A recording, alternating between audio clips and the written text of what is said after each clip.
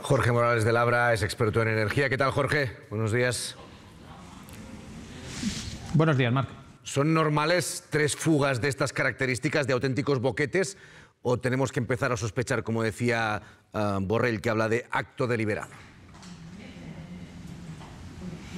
Bueno, yo creo que, por desgracia, ya no son sospechas, ¿no? Está confirmado que esto no es un acto natural y, por supuesto, no es casual, ¿no?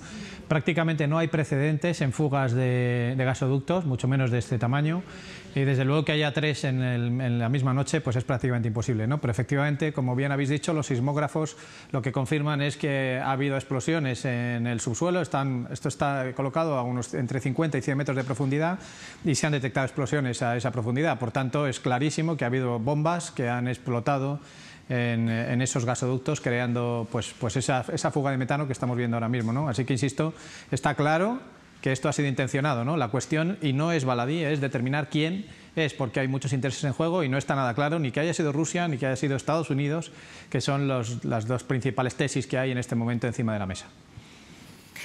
Jorge, ahora mismo lo que está preocupando es la posible falta de seguridad en la zona, porque esa fuga a esta hora sigue, es una fuga de metano constante y por tanto lo que se está preguntando todos los países de la zona es si ahora mismo está en riesgo el paso de buques por ahí.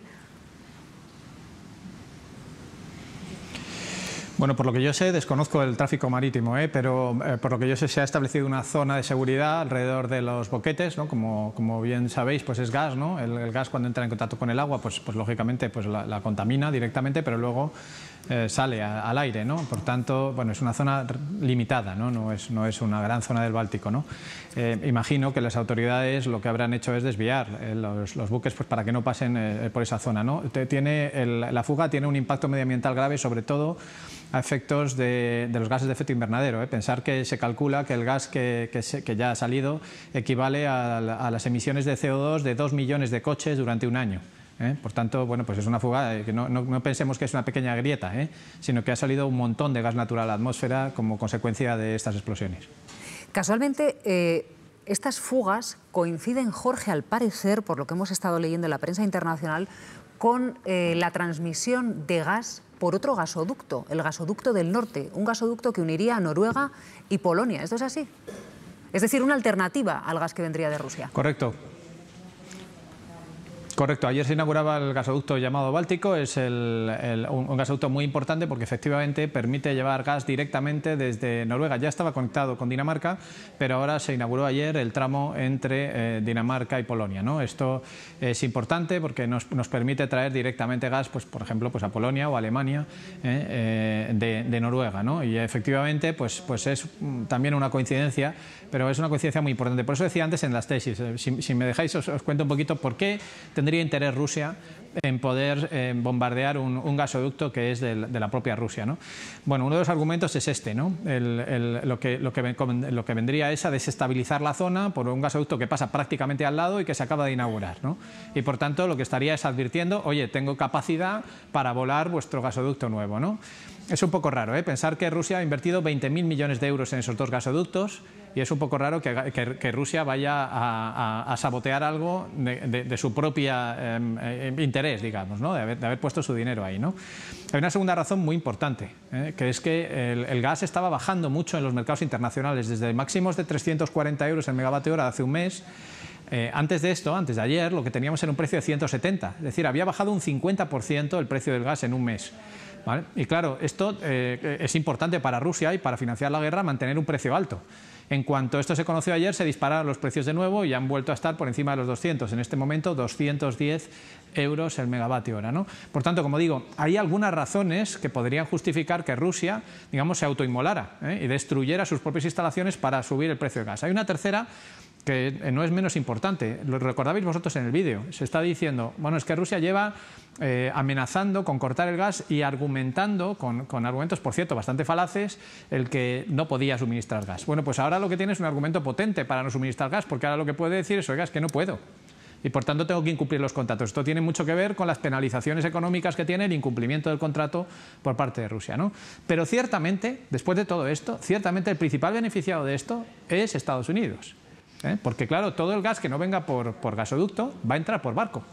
Y los analistas internacionales lo que ya están diciendo después del incidente de ayer es que el gasoducto no es fiable, ningún gasoducto, ni siquiera el Báltico.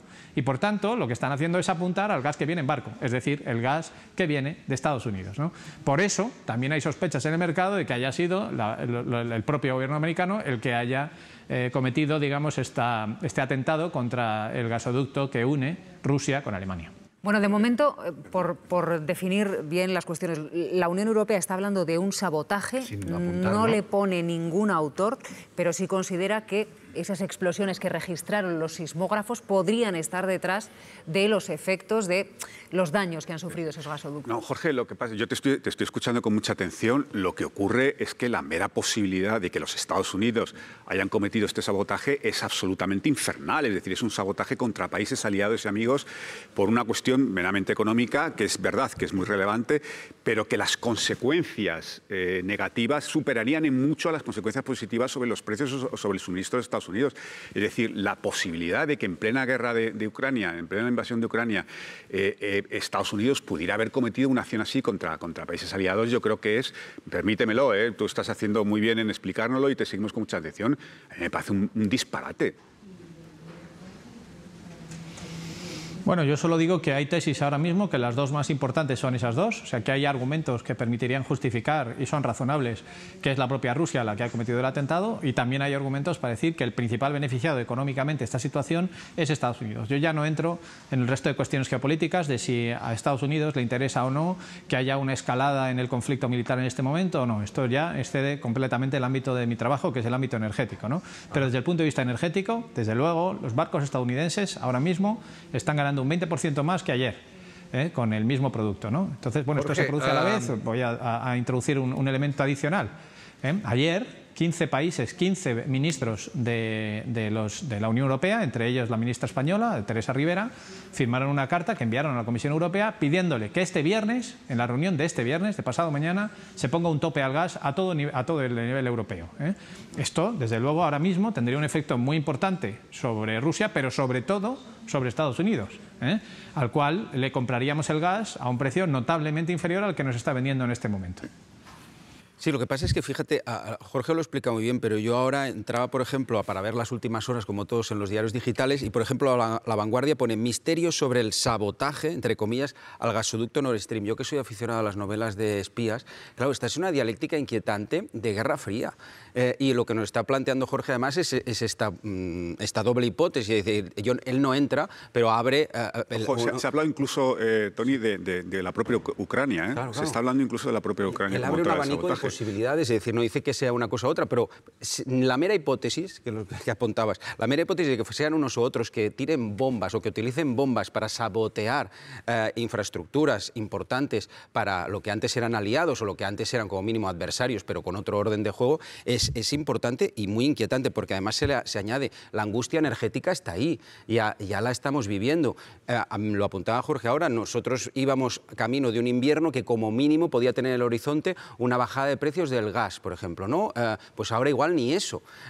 Y ante toda esta situación, a mí me sigue admirando la prudencia de la Unión Europea contra los elementos, porque, bueno, Borrell ha hecho este tuit, pero de momento la Unión Europea se ahorra hacer hipótesis ante lo que todo parece lo más probable que fuera Rusia detrás de eso. Ursula von der Leyen, sin ponerle nombre, habla de un posible sabotaje, con lo cual entendemos que lo que ha sucedido en ese gasoducto no es una avería, Jorge, habitual, ¿no? Está hablando de tres boquetes. Borrell ya habla de acto deliberado, así que ya se ha detectado además lo que ha podido ser explosiones. Yo tengo una pregunta, Jorge.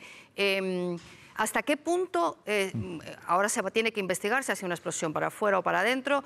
¿Quién investiga eso? Es decir, ¿los países europeos pueden investigarlo o esto es un tubo que es de propiedad rusa y por lo tanto solamente Rusia puede saber o puede decir quién ha podido provocar ese sabotaje? Bueno, como bien habéis explicado, hay una parte, ha habido 3 explosiones y ha habido 2 de ellas que están en agua territorial sueca y otra que está en agua territorial danesa. Por tanto, son ellos los competentes en investigar ahora. Aguas territoriales. Recuerdo que no hay una... Claro, claro, son ellos los que tienen que determinar qué es lo que ha pasado, ¿no? Y bueno, ya sabemos que Noruega, por ejemplo, que es el principal interesado en vender gas a través del nuevo gasoducto que se inauguró ayer, ya ha dicho que va a reforzar la seguridad en sus aguas territoriales del tramo de sus gasoductos, como es natural, ¿no? Pero permíteme que responda también a lo que acaba de decir Silvia. ¿De qué estamos hablando? Estamos hablando de una tubería de 1 metro de diámetro, ¿vale? No es un tubito, es una tubería de acero reforzado de 1 metro de diámetro. Eso no se rompe ni con un ancla de un barco, aparte que está a 50 metros, es decir, más de 50 metros de profundidad, eso no hay un ancla a 50 metros de profundidad. O sea, eso es claramente intencionado. ¿Vale? O sea, quiero decir, ya no nos cabe, después de la lectura de los sismógrafos, no cabe ninguna duda. Es más, no vale, cualquier país no tiene la capacidad de sabotear una infraestructura de estas características. Decías, hay precedentes de pérdidas de presión, pero sobre todo son precedentes en tierra. Pero no hay precedentes de una grieta a 50 metros de profundidad en un gasoducto, salvo que haya ocurrido un tsunami o algo de ese tipo, ¿vale? Que están preparados contra tsunamis también, O sea, quiero decir, salvo que haya un epicentro de un terremoto muy cerca del lugar donde está el gasoducto. Todo lo demás no es posible. Por tanto, es clarísimo que es un sabotaje. Esto es clarísimo, no cabe la menor duda. Y es lo más preocupante de todo.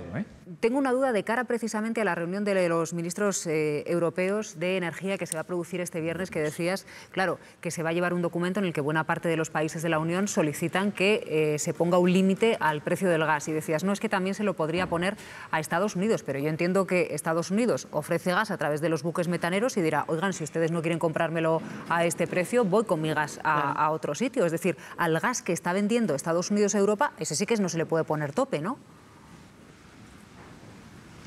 No, sí se le puede poner, de hecho es lo que se está pidiendo. Fíjate que prácticamente ya no compramos gas a Rusia. Hay algo de gas licuado, pero prácticamente no compramos, ¿no? Sabemos que España tenía algunos contratos, que ha comprado gas durante el verano, pero compramos muy poquito. Entonces, claro, lo que se trata precisamente es de limitar el gas que compramos al resto. Y claro, esto habría que pactarlo seguramente con Estados Unidos. Y tú dices, hombre, pero es que Estados Unidos lo va a vender en otro sitio. ¿Dónde? El problema, a ver, si es que aquí esto es lo de siempre, ¿no? Los productores tienen mucha fuerza, pero los consumidores también.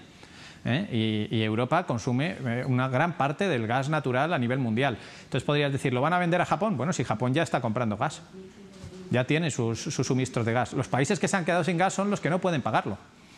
Ahí tenemos Pakistán, por ejemplo, que están ya teniendo restricciones fuertemente, desde hace ya meses, restricciones de suministro porque no pueden pagar el gas.